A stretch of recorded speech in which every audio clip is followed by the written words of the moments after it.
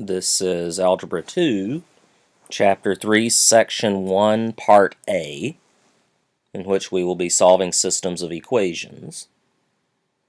This section, I think, takes on more than we want to try to do in one lesson, so we're going to split this off into two different sections, Part A and Part B. First, we need to know what a system of equations is. All we're talking about is a group of equations, two or more, that use the same sets of variables. Typically, you're going to be using x and y, but occasionally they may throw something different, c and d, m and n, p and q, whatever. Typically, it's going to be x and y. Our goal is to find the values for the variables that make all the equations true at the same time. And there's several different methods. For this video, we're going to work on just the graphing method. That's the only thing we're interested in. So we're going to graph both lines. Typically, they're going to give you two lines to work with, and see where they intersect, or even if they intersect. And then we name that point of intersection, and that's the solution to the system. Like I say, there are other methods that we can use, and we'll do those in section 3.1b coming up later on, but for this video we're interested just in the graphic.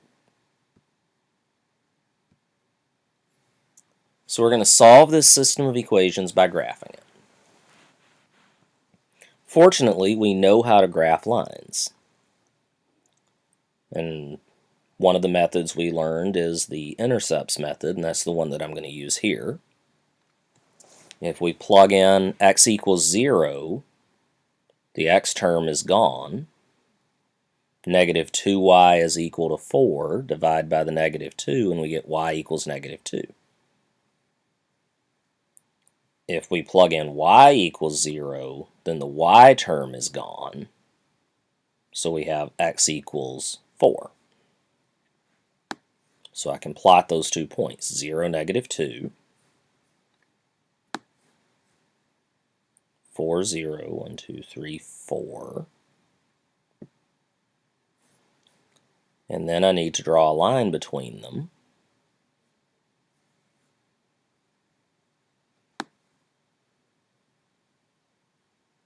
Something like that.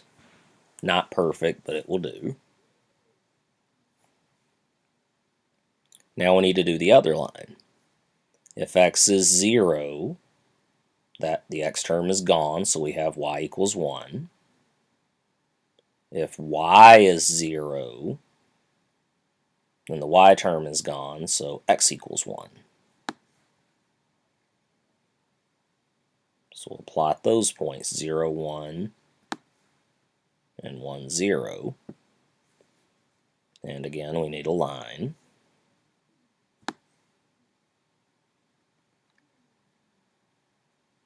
Something like that. So now where do our two lines intersect? They intersect at the point 2, negative 1. That is our solution. So I'm going to make it blue. Okay.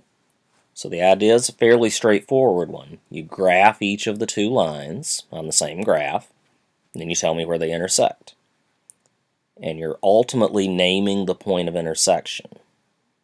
So your answers, your solutions are going to have two things. You're going to have a graph that you've made, and then you're going to have a point where they intersect.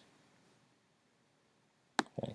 Typically, I would have it over here next to the point with a little arrow pointing to it or some such. But if you want to write it to the side like this, that's fine as well. Okay. I'm going to ask you to give this a try on your own. Pause here. See if you can solve this graph, or using a graph, and then come back and check your results. So we have two equations, x plus 3y equals 9, 2x minus y equals 4. When we plugged in our x was 0, we found out y is 3. When we plug in y is 0, you find out x is 9. So at y equals 3, we have a point. At x equals 9, we have a point, and we draw the line between them. When x was 0 here, we got negative 4. When y is 0, you got 2. Negative 4, 2. Drew a line through. Where did they intersect? At the point 3, 2. So nothing scary here. All we're doing is graphing two lines. Finding our intercepts is probably the easiest way to get those graphs. And then we just name the point where they cross, if they do. The other thing that the book is going to ask you to do is classify what kind of system you're looking at. So you're either going to have the term inconsistent, you're going to have the term consistent and independent, or you're going to have the term consistent and dependent. If the two lines intersect, like the ones, or do not intersect, I should say. If they don't intersect, we call it an inconsistent system. What kind of lines don't intersect? Parallel lines. So if your graph is two parallel lines, then you classify it as inconsistent. Only when they ask you to classify, though. If the two lines do intersect, what we call that is consistent and independent. So the two systems we've looked at so far, if they ask us to classify, we would say that it was consistent and independent. And if, when you graph your two lines, they turn out to be the same line, you got the same intercepts for both of them, you graphed it and it was one line right on top of the other, then what you call that is consistent and dependent.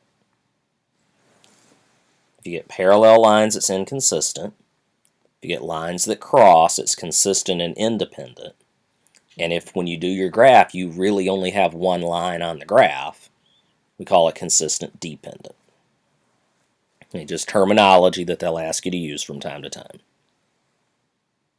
As always, if you had questions along the way, I hope you wrote those down. Bring them in with you, and we will see you in class.